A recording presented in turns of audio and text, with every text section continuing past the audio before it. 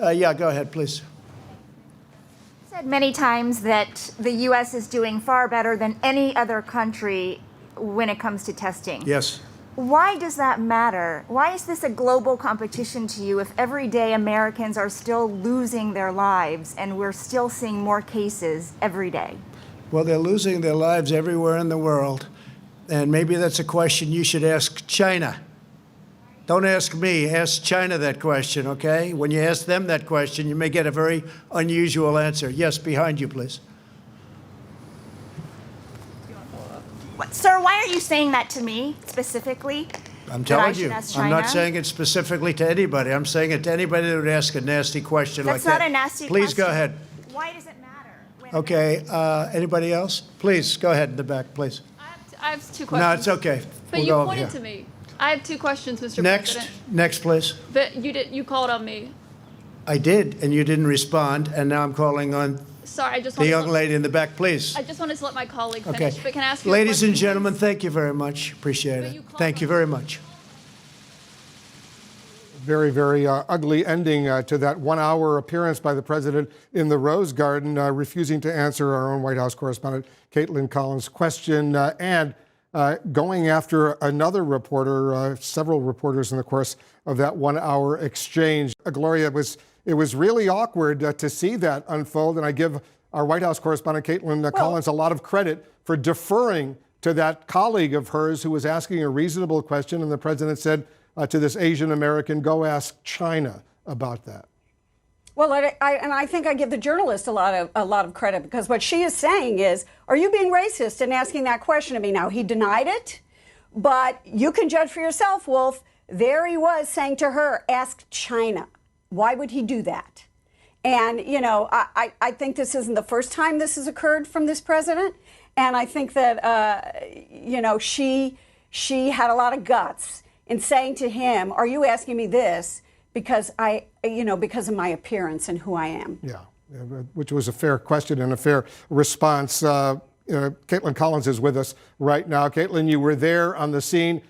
Give us your sense of what happened on several related issues. And as Gloria correctly points out, the president accusing the former President Barack Obama of committing the greatest crime, Obamagate, he keeps calling it, although when pressed, what crime did he commit? He didn't have an answer for that. He said, stick around, maybe you'll see something in the next few weeks. Yeah, Wolf, he said the answer to that question was obvious, though he did not state what it was if he feels it's so obvious. And, of course, a strange end there to the press conference where the president had called on me. I was letting my colleague Weijia Jiang from CBS finish her question, and then the president abruptly ended the press conference, did not let me ask my questions. We had multiple questions, of course, for the president. He had not called on us yet. And this was not only about testing, but also the president is facing questions about the coronavirus outbreak happening here at the White House and what he is going to do moving forward with his relationship with the vice president, who notably was not there, Wolf. I don't think that has ever happened in our time here at the White House, where the vice president has been here in Washington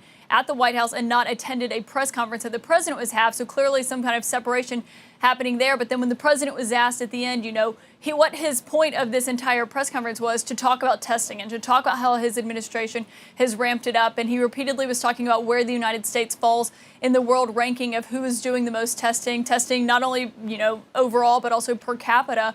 And when the reporter at the end was asking why that is such an important thing for him to stress, why does he keep talking about that as in, a global ranking, basically, that's when he got irritated at the end when he was telling Weijia Jiang to ask China that answer to that question. And Wolf, we had several other questions for the president, including about his own decisions that he's made, what he's going to do going forward after he decided not to self-quarantine after his personal valet tested positive for coronavirus. We've seen several officials who came in contact with the vice president's press secretary decide to self-quarantine after they had sustained periods of contact, though that is not an option that the vice president himself is taking. And of course, Wolf, the other thing you noticed that was different in that press conference today out in the Rose Garden than what we've seen in any others is that the staffers are wearing masks, the ones you saw standing alongside the colonnade, even the Health and Human Services Secretary, Jared Kushner, another official that they've hired to come and help with testing. The guests were wearing masks, but the president himself was not wearing a mask. And we know previously when the CDC issued that guidance at the beginning of April,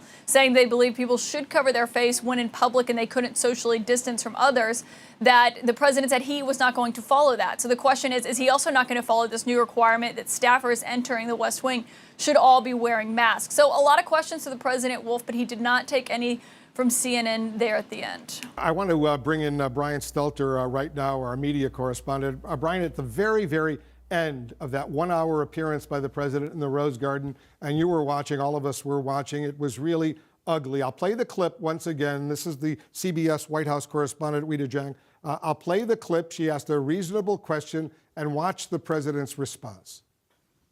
Why is this a global competition to you if every day Americans are still losing their lives and we're still seeing more cases every day? Well, they're losing their lives everywhere in the world. And maybe that's a question you should ask China. Don't ask me, ask China that question, okay? When you ask them that question, you may get a very unusual answer. Yes, behind you, please. Sir, why are you saying that to me specifically? I'm telling you, ask I'm China? not saying it specifically to anybody. I'm saying it to anybody that would ask a nasty question That's like that. not a nasty Please question. go ahead. Why does it matter? Okay, anybody else?